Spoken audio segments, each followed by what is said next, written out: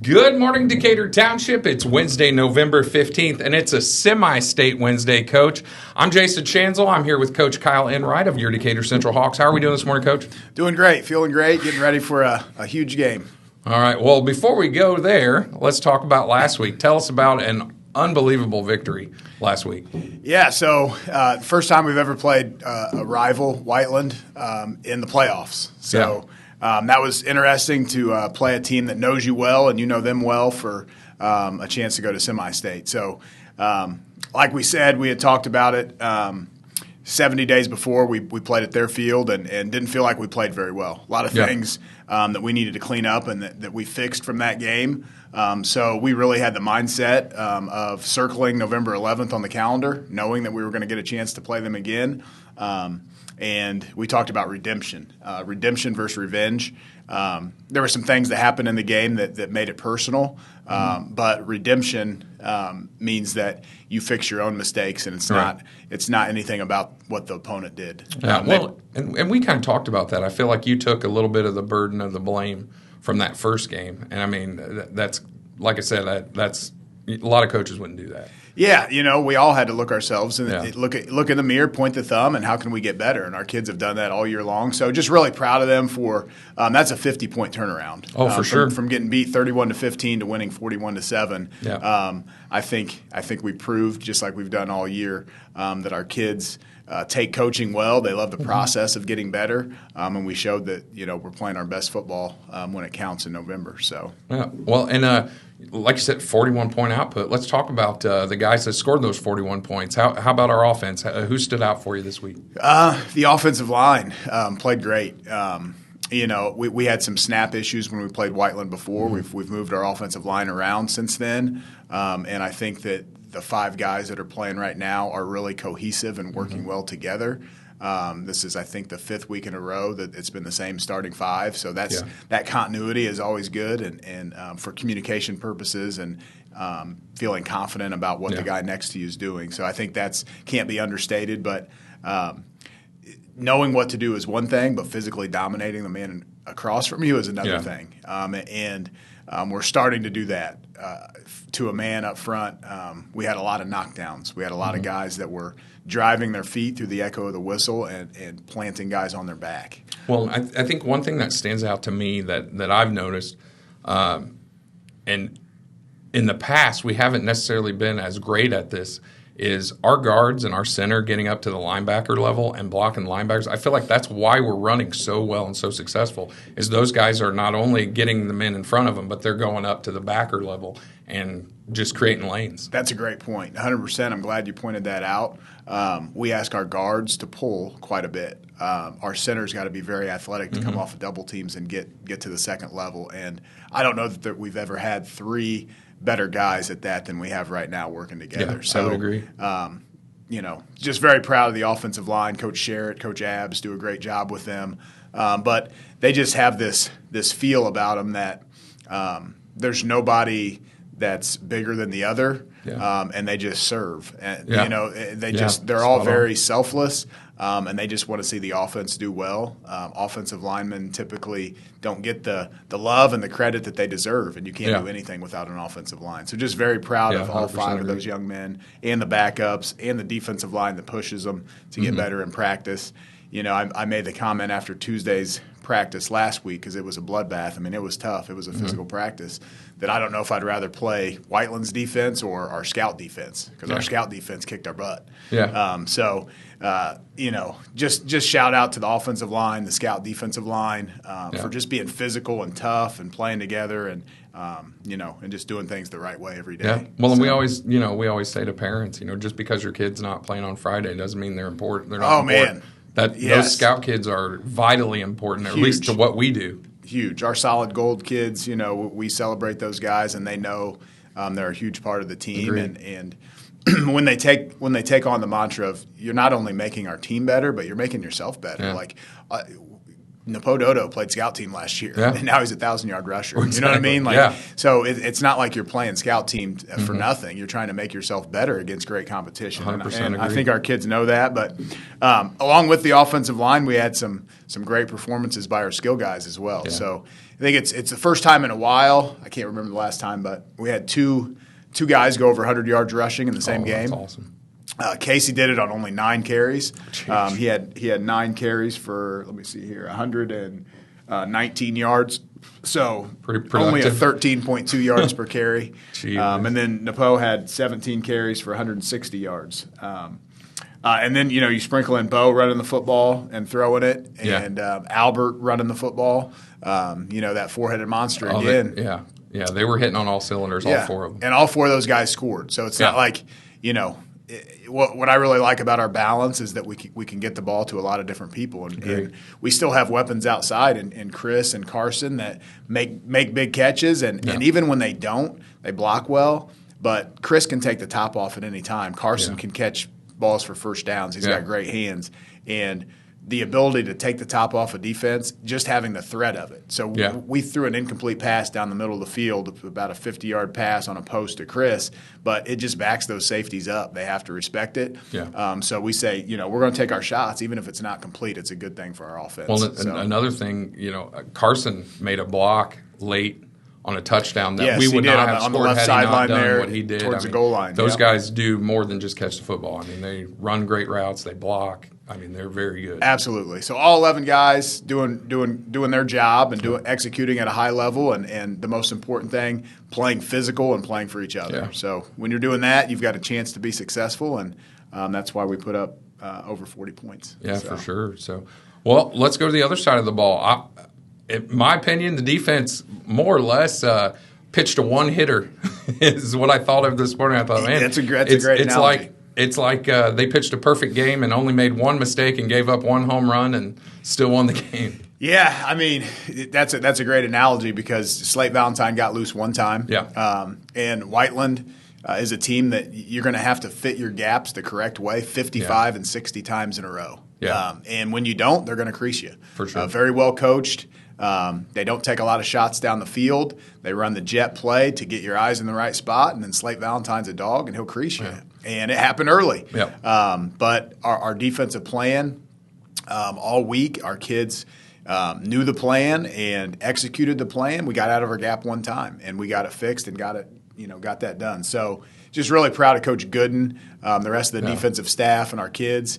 I was interviewed after the game on the field about what was the key to our defense being so successful.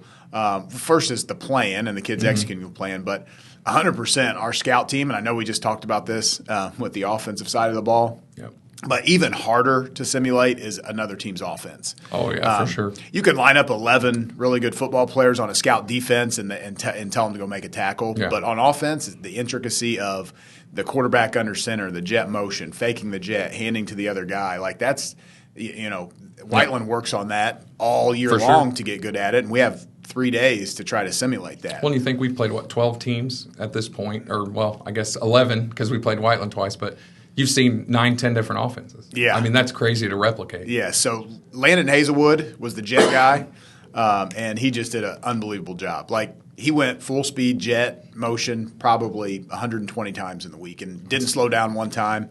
And then Jalen Leith playing number 21 played Slate Valentine, and Bryce Johnson played their big fullback number 2 and did a marvelous job. And Coach Ray and Coach Abs and Coach Mendez. Coach Ray is actually our scout team quarterback because sometimes when you ask a kid to do it, they don't really understand the intricacy of taking the handoff and running the plays. But, man, Coach Ray does a great job as a scout quarterback. It's fun seeing him run around out there.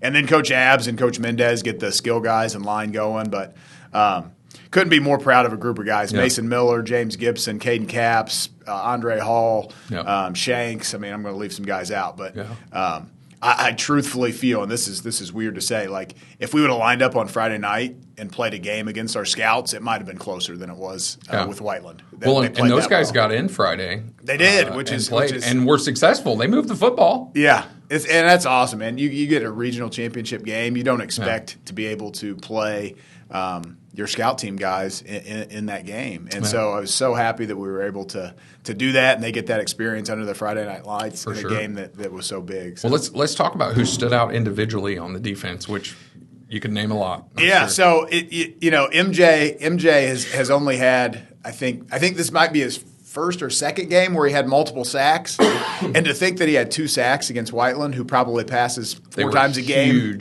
huge sacks. But it's just funny that he got 2 sacks against a team that doesn't throw the ball. Right. So that was interesting, but we played stout up front. Connor Bentley and Aaron Davis just stuffed the middle up.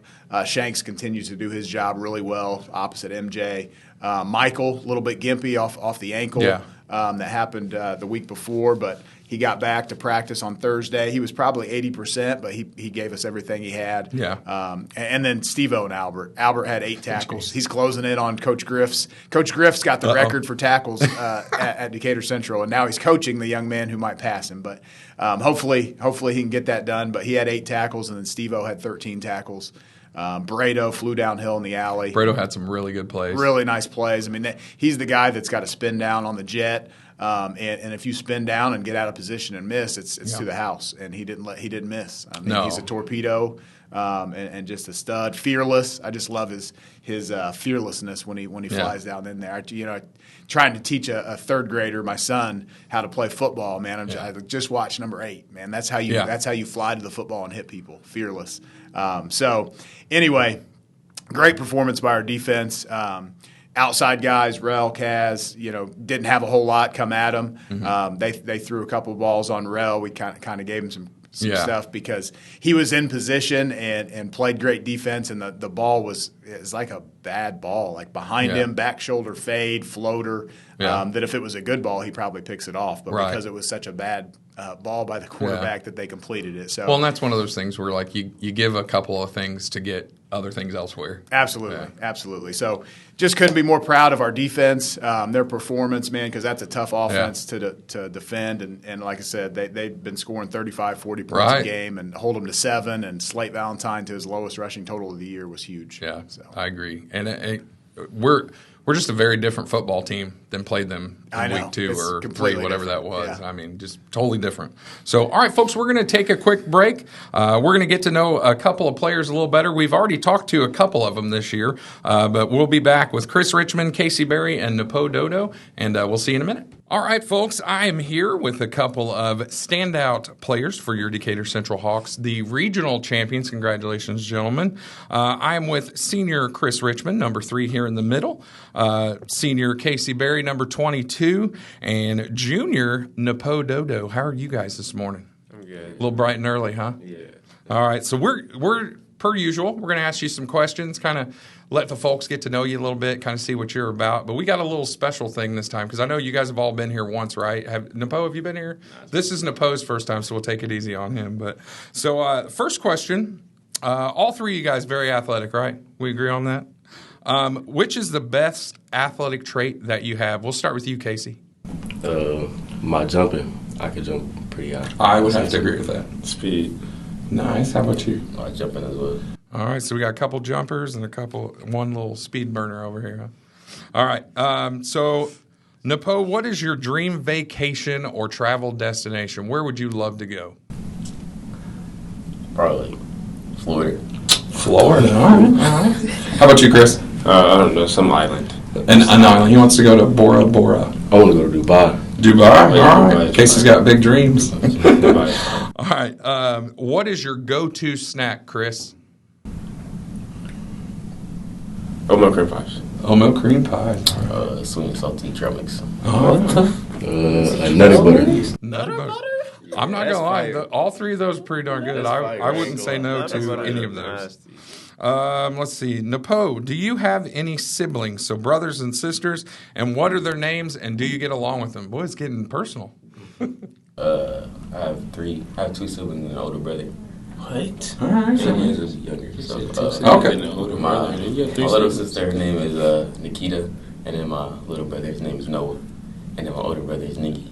Man, so all the in rhyming names. All right. And then do you get along with these guys? Are they pretty cool with you? Yeah, I get along with them. I would think you're pretty easygoing dude. I would think you get along. Casey, I don't know about you, buddy. Casey, do you have any siblings? I got 3. I got 2 sisters and a brother. My brother's name is Kendall, and my sister, her name is Kiki. We call her Kiki. Her name is Kiara. And I got another sister named Kirsten. She used to go here. Oh, okay. Yeah, she went to college for volleyball. Oh, nice. Yeah. All right. I had no idea that you guys were related. I think the world of that young lady. She's good people. All right. And do you get along with everybody pretty well? Yeah. All right. How about you, Mr. Chris? I got like 8 siblings. Oh, do we have time to go through Chris's 8 siblings? No, I just go through with it. I live with Steve and my younger brother and my little sister, Charlie.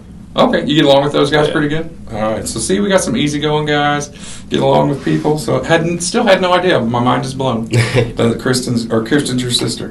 Let's see, who's your favorite athlete of all time, seeing as today is dressed like your favorite athlete day? N'Po, who's your favorite athlete ever? Probably Odell Beckham. Ooh, okay. Odell's starting to come back around. Yeah. He's looked good. How about you, Chris? LeBron, all right. I'm going to say Tavon Austin. Oh, hey. All right. I did not expect that, but I appreciate it. Now I'm about to trump all of you. My favorite athlete of all time is Bo Jackson. Greatest ever to do it. And what? In everything. He knows.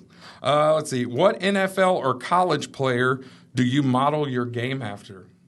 Casey?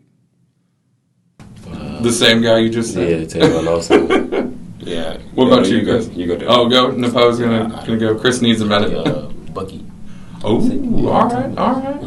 I was gonna say DeAnthony Thomas, maybe. All right. DeAnthony Thomas is nice. Good answers. All right, so Fire. there's a new segment here that we're gonna do. It's called Rapid Fire, and all you guys are gonna do is point at yourself or your teammate on either side. And so I'm gonna ask you something, and you are gonna say either yourself or N'Po or Casey or Chris. All right. So, who is the most likely to be late to school? Casey Berry. At least you agree with it. All right, who's most likely to win an argument? Oh, Chris is the lawyer of the group. All right, who's the most to get a victory royale? So for the first time, we got some contention here. Who's most likely to become famous? Ooh, that's tough. Casey. All right. Who's most likely to get married first? Oh, that got deep. That's Casey. Casey's the most marryable. All right. Who's most likely to laugh at an inappropriate time? N'Po can't control it. Oh, this is deep. Who's most likely to sing karaoke? What? Yeah, I'm not going. You're a troll. You're a troll. Dodo is the singer of the group. Bro, you be doing Who's most likely to cry during a sad movie? Nobody wants to point on that one. I still think it's not. So everybody's a crier. All right. Who's most likely to keep a secret? I can keep secret. I don't think Dodo can keep a secret. Yeah, you can't keep that secret. Chris has got some stuff that Chris won't tell he us. won't let you in I on. wouldn't tell. All right. Last one. Who's most likely to get a speeding ticket?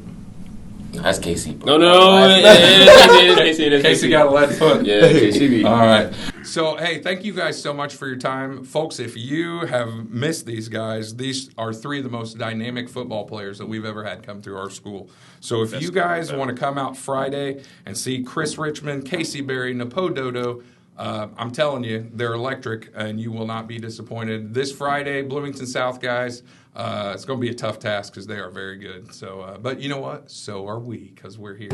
All right, fellas. Thanks so much. Good luck Friday. Appreciate you. All right, folks, we're back with Coach Kyle Enright. I'm Jason Schanzel. We're going to talk a little bit about Bloomington South, who we will play on Friday, Coach. Yeah, Bloomington South. Real quick, we've missed special teams, and I want to give those guys a shout out real quick. So, Vogel hit 2 more field goals, which was huge. He was 5 for 5 on extra points. He's got 82 kicking points this year, which is a record for us. 15 for 17 on field goals. At this point, we almost take him for granted. Yeah, we do. Mr. Automatic, and 4 touchbacks on 8 kicks. Continue to win the field position battle. Wind, that wind was awful. Yeah, the wind was bad. So it's our kick coverage team. They know when we have the wind, they can jog down the field because it's going to be in the back of the end zone. But when we don't, they got to get ready to go. So our kick coverage team did a good job. But our one-play warrior was Bryson Bonnewitt. We knew they were going to fake a punt. They faked a punt on us week 3 and got it. So we practiced it all week, and Bonnie fought through 2 blocks, spun out. One-on-one tackle. One-on-one tackle that if he doesn't get it, they're probably getting the first down. So he won the one-play warrior award. And Bonnie won the Hammer Award, which the Hammer Award goes to somebody who's just physical and plays special teams, plays offense, defense. But a lot of people don't see him playing offense much. But through the week, he takes reps for Albert at fullback, and he was so physical through the week. So just wanted to give those guys a shout-out for special teams and what they did because it's going to be huge this week against, like you said, Bloomington South. So First time we've seen them since 2018, Coach. What do you know about the Panthers? Well, I know that they won a big football game in 1983 in the regional against Castle. It's called the Miracle in Paradise. And I was on the sideline at 4 years old because my dad was the head coach at Bloomington South. So we have a history with them. I know a lot of people there and really respect their program. Coach Mo Morarity, who was there after my dad, did a phenomenal job and kind of handpicked their coach now. That coached with him at Carmel, and Gabe does a good job now as well. So we played him in 2018, and it was a very tough, physical, cold, bone-chilling game that was 0-0 with 30 seconds left before half, and Larry Tracy made an unbelievable catch and run to kind of spark us, and then we ended up winning the game and shut them out. But they're a much different animal this time around. They've got a great quarterback, dynamic passing game. So we haven't seen a passing game like this.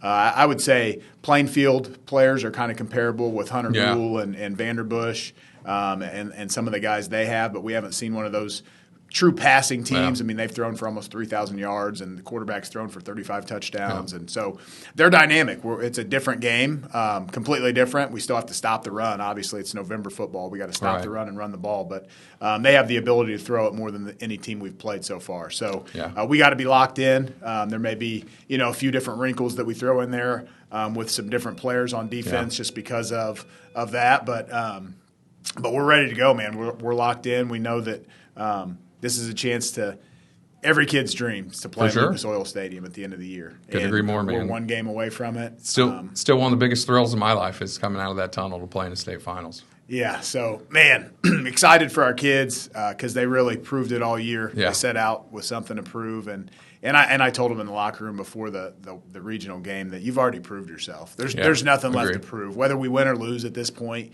you've done what you set out to do. Just go out there and have fun. They've earned it. They've done it the right way. So just excited to get on the field at home for a chance to go to Lucas Oil Stadium. So Yep. So, folks, if you are available – Friday night, 7 p.m. here at Decatur Central High School, playing for a chance to go to Lucas Oil Stadium. And if you can't be here, IHSA TV. IHSA TV has a broadcast, $12 to see that. Or we are doing a free radio broadcast with myself and I believe Jackson Tetrick, who is a graduate. So we'll be doing that. I'm just told that's free. So you can either listen to me spew out words or you can listen to the IHSA TV broadcast for the price of a ticket. Live, radio, or TV. Lots of options. It's a blackout if you're coming to the game. So dress in black and let's get to Lucas Oil. Hey, hope to see you guys. Go Hawks. Go Hawks.